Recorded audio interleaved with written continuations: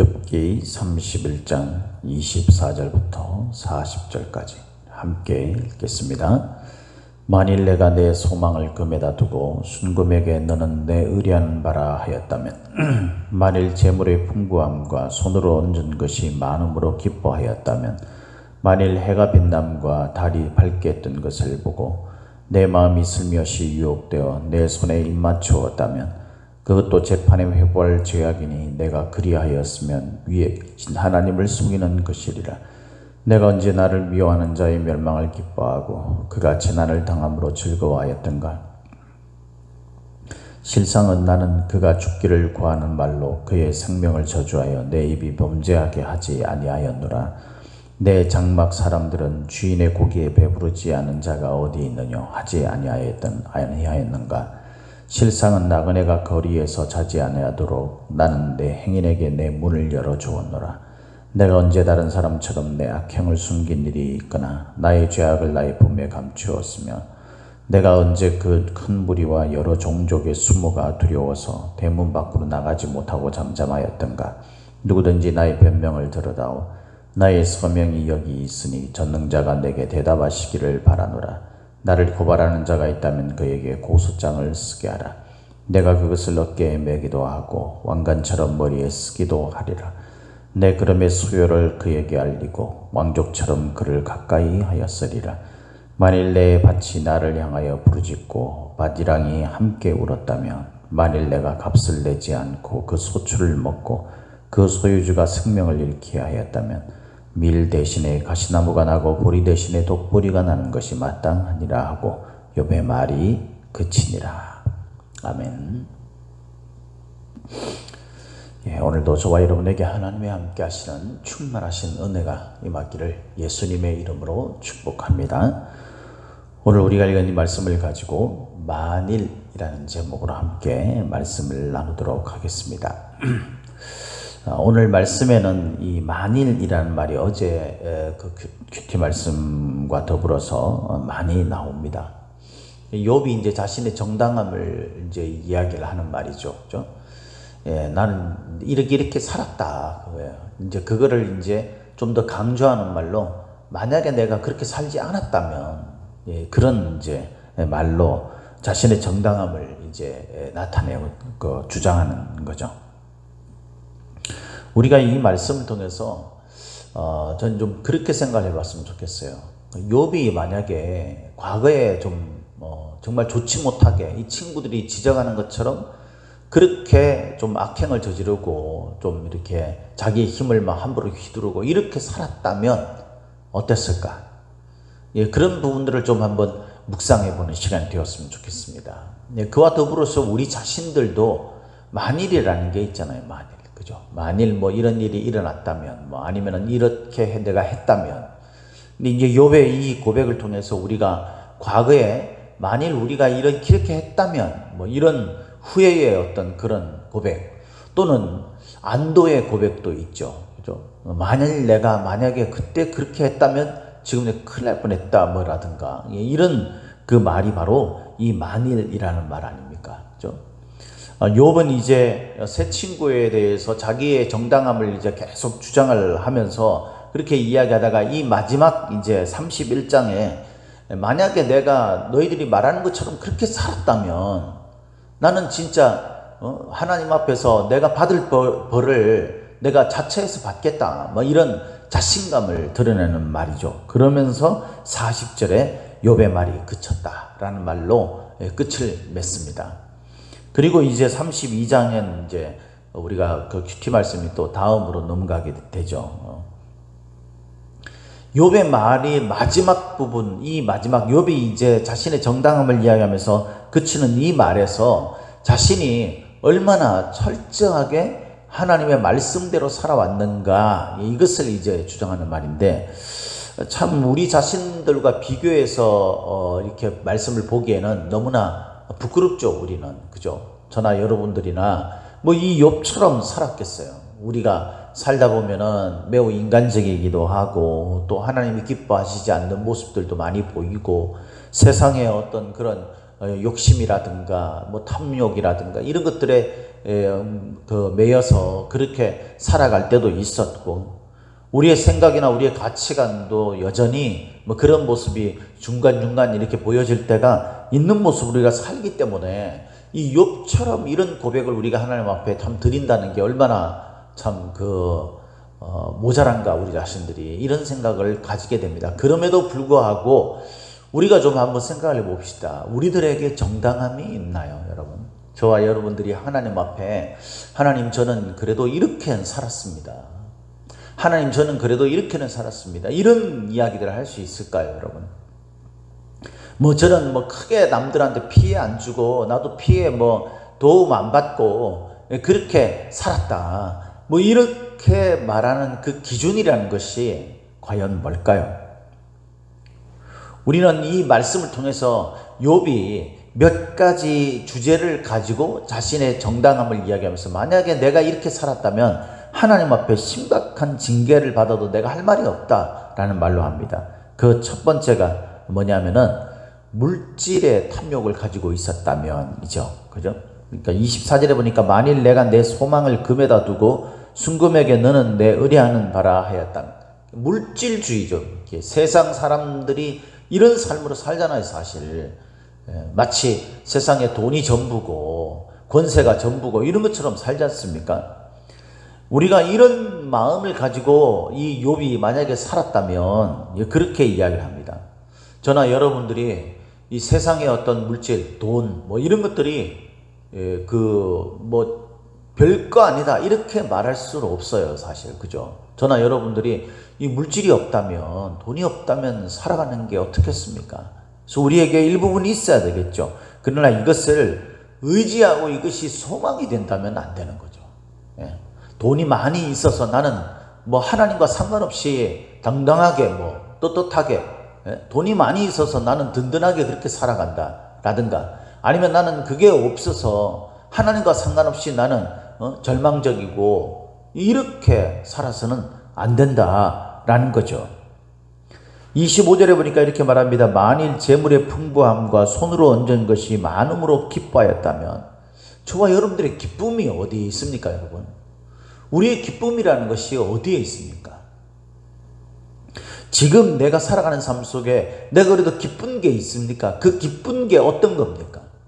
하나님이 내 곁에 계시고 그 하나님으로 인하여서 내게 기쁨이 있는 것입니까? 아니면은 세상의 어떤 눈에 보이는 것, 세상 사람들이 소위 말하는 그 물질주의적인 그런 어떤 것들이 나에게 있음으로 인해서 내가 기쁜 것입니까?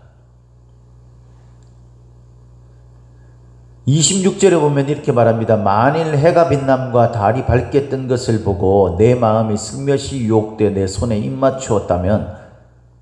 여러분, 이거는 우상숭배예요, 우상숭배. 사실 이 앞부분에 나왔던 24절, 25절에 있는 재물, 이런 것들도 우상숭배가 되는 거죠.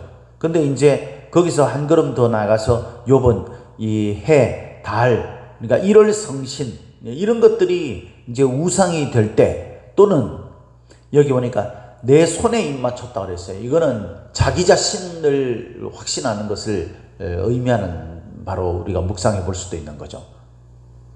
이렇게 내가 천지에 있는 어떤 눈에 보이는 것, 이런 것들, 또는 내 자신, 내 주먹을 믿는다처럼, 그렇게 나는 어떤 것도 믿지 않고 내가 노력하고 애쓴 것에 대한 결실, 이런 것들만 나는 믿는다 라고 말하는 게 세상 사람들이 볼 때는 참으로 정당하고 합당한 그런 거죠. 아주 건전한 생각이에요. 그러나 우리가 믿음을 가지고 있는 사람이라면 그렇게 고백해서는 안 되는 거예요. 우리가 땀 흘리고 애쓰고 내가 열심히 산 그에 따르는 어떤 보상으로 우리에게 주어지는 것조차도 하나님이 우리에게 허락하시지 않으면 되지 않는 거예요. 그래서 여러분, 우리가 하나님이 나의 소망이 되고 하나님이 나의 힘이 되고 내 의뢰하는 바가 되고, 그래서 하나님만을 내가 섬기고 붙들고 하나님만을 내가 그 하나님의 손에 입맞추는 자가 되어야 되는 거예요. 그래서 첫 번째는요, 세상에 의지하는 것. 여러분, 과거에 내가 만약에 세상에 의지하는 것들에 너무 휩싸여서 살았던 사람, 그것만 의지하고 살았던 사람이라면 여러분 하나님께서 우리를 그때 만약에 우리에게 심판을 내리셨다 그러면 우리가 정말 살아남을 수 없는 존재죠. 지금 오늘 여러분 우리가 이런 세상 물질주의나 아니면은 하나님 외에 다른 것들을 내가 의지하고 소망을 두고 그 손에 입 맞추고 산다면 여러분 우리가 하나님 앞에 서는 미래에 우리가 얻을 것은 뭐겠습니까? 하나님 앞에 범죄하는 게 되는 거예요. 그것은 곧 뭐가 된다 그랬어요? 위에 계신 하나님을 속이는 것이다 그랬어요. 이건 재판에 회부될 죄악이다. 그렇게 욥은 평가를 했습니다. 저와 여러분들도 이런 평가가 있기를 바라요. 과거에 이렇게 살았다면 이제 오늘은 그렇게 살지 말아야 되는 것이고요. 오늘 만약에 그렇게 사는 우리의 삶이 된다면 미래가 하나님 앞에 심판받게 된다는 경각심을 가지고 오늘 우리가 하나님만을 의지하고 하나님만을 바라보며 하나님만의 소망을 두고 살아가는 저와 여러분들이 되시기를 예수님 이름으로 축복합니다. 이게 첫 번째고, 두 번째는 사람들과의 관계에서 일어나는 일들입니다. 이 사람들과의 관계에 있어서 먼저는 이제 보복 심리에 대해서 이야기하죠. 내가 언제 나를 미워하는 자의 멸망을 기뻐하고 그가 재난을 당함으로 즐거워하였던가. 악을 악으로 갚는 것 말하는 거죠. 보복 심리. 소위 말해가지고 나에게 너 이렇게 해서 그래 너도 한번 당해봐라. 뭐 이런 어떤 마음인 거죠. 하나님을 향해서 이런 것들을 쏟아내는. 우리가 예수님을 닮아가는 삶을 산다면 원수를 위해서도 기도할 줄 알아야 되고, 그죠? 저들이 하는 짓을 저들이 알지 못하는지, 무엇을 저들이 하고 있는지를 알지 못한다라고 하나님께 긍휼을 베풀어 달라고 기도할 수 있어야 되는데, 사실 우리가 그 정도로 인격이 잘 돼 있는 사람들은 아니잖아요. 그러니까 이렇게는 우리가 좀 못할 수 있어요. 그러나 여러분, 성경은 분명히 우리에게 악을 베푸는 자, 우리가 미워하는 사람들의 멸망을 기뻐하거나 그들이 재난을 당하는 것을 보고 즐거워하는 그런 사람이 되어서는 그 사람이 죽기를 바라고 그렇게 해서는 안 된다라고 이야기합니다. 그렇다면 우리가 과거에 어떤 잘못을 저질렀던 것이나 아니면 지금 내가 누군가에게 알게 모르게 피해를 주었던 그런 부분들이 있다면 여러분 우리가 그 보상을, 그 대가를 하나님 앞에서 고스란히 받아도 되겠습니까, 여러분? 하나님이 우리를 긍휼을 베풀어 주셔서 용서해 주시기를 바라잖아요.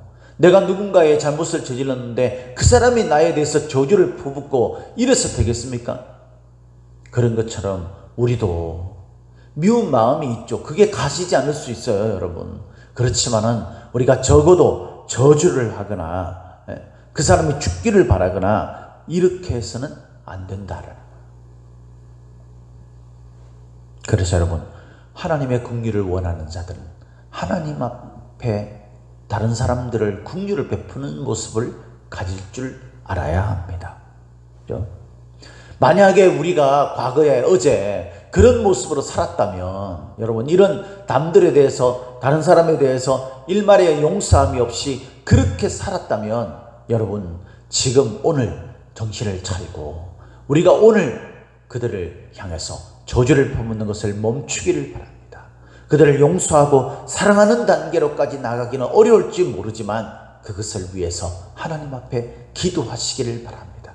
그래야 미래에 우리가 주님 앞에 섰을 때에 우리가 남들에게 피해를 준 것으로 인하여서 하나님 앞에 용서받지 못하는 그런 불상사가 일어나지 않게 되는 줄 압니다. 또한 어려운 사람들을 돕는 일입니다. 30절부터 보면은, 31절부터 보면은 다른 사람들에 인해 가지고 그 어려움을 겪고 있는 사람, 그런 사람들에게 내가 가진 것을 가지고 나눌 줄 아는가, 내가 베풀 줄 아는가. 어떤 사람은요, 누가 봐도 좀 여유롭게 사는데도 남들을 위해서 내가 돈을 쓰는 이런 것들에 대해서 발발발 떠는 사람들이 있죠. 반면에 어떤 사람은 뭐 가진 게 별로 없어요. 근데 퍼주는 걸 좋아하는 사람들이 있어요.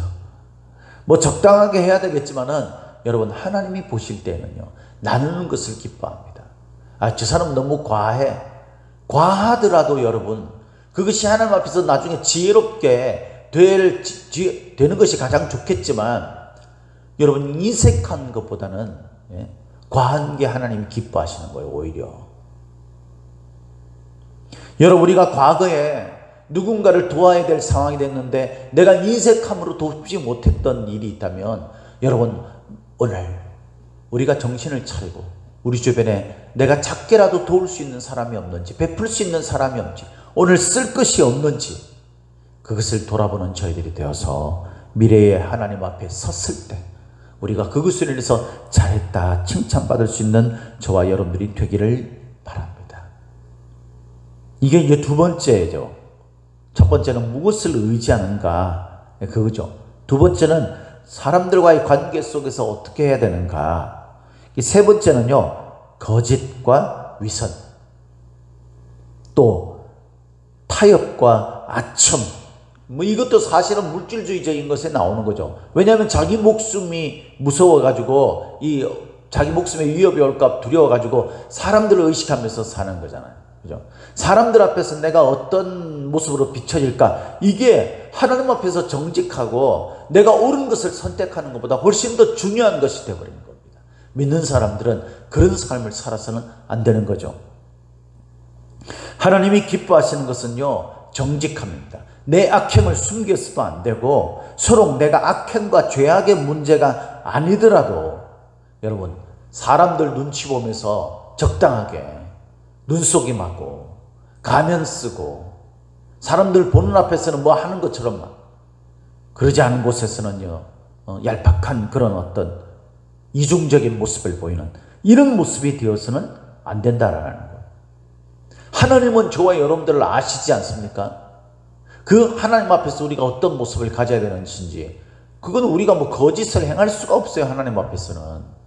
그래서 여러분, 만약에 우리가 과거에 사람들 눈속임하고 적당한 권세, 적당한 힘, 뭐 어떤 것들과 함께 타협해서 그렇게 사는, 그래서 그것들에 내 이익을 위해서 아첨하고 부당하고 잘못된 것들에 적당하게 타협하면서 아첨하면서 그렇게 살았던 모습이 있다면, 여러분 오늘 정신을 차리고 미래의 하나님 앞에 우리가 섰을 때에 이것으로 인해서 하나님 앞에 우리의 숨겨진 죄악들이 낱낱이 드러나게 되는 그런 부끄러운 삶을 살지 않기를 예수님의 이름으로 축복합니다.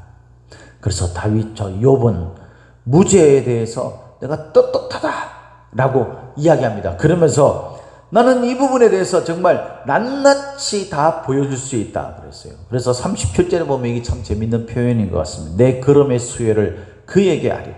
그러니까 나는 이런저런 뭐 삶의 모든 것들을 난 낱낱이 속된 말로 까발릴 수 있다, 그거예요. 사람들 앞에서 나는 뭐든지 다 내놓을 수 있다. 우리는 참 숨기는 게 많잖아요. 그 숨기는 게 많다는 것은 남들이 내 삶을 보는 걸 싫어한다, 이런 말은요, 곧 어떤 의미에서는 남들이 뭐 알아서는 안 되는 부분들이 내게 있다라는 말이기도 해요. 물론 뭐 그게 다는 아니지만, 그죠? 우리가 사람들 앞에서 좀 떳떳할 수 있을까요, 여러분? 사람들의 눈앞에서 떳떳할 수 있을까요? 여러분, 만약에 우리가 과거에 어떤 일들이 사람들 앞에서 떳떳하지 못한 것이라면 지금 우리가 사람들 앞에서 떳떳하게 될 수 있도록 합시다. 왜냐하면 하나님은 우리가 아무리 사람들을 속인다 할지라도 절대 속일 수 없는 분이시기 때문에 우리가 하나님 앞에 언젠가 서는 그런 내일, 미래에 우리가 그 하나님 앞에 떳떳하지 못하고 숨겼던 그 모든 것들이 낱낱이 드러나게 될 것입니다. 사랑하는 성도 여러분, 만일 우리가 과거에 이런 모습들이 있었다면 그것이 나빴던 것이 되지 않기를 바랍니다. 좋은 것이었길 바랍니다.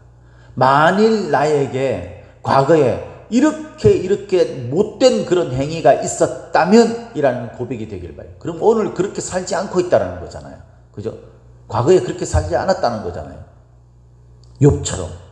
근데 만약에 과거에 내가 이렇게 올바르게 살았다면, 이라는 고백이 된다면 과거에 올바르게 살지 못했던 거예요. 그렇다면 여러분, 오늘 저와 여러분들이 만일 이 고백이 있어야 되는 거죠. 하나님 앞에서 내가 이런 삶을 살았다면, 이런 삶을 살았다면 미래에 우리에게 어떤 결과가 오게 될 것인지 우리가 충분히 하나님 앞에 이미 답을 얻고 있는 상태가 아닙니까?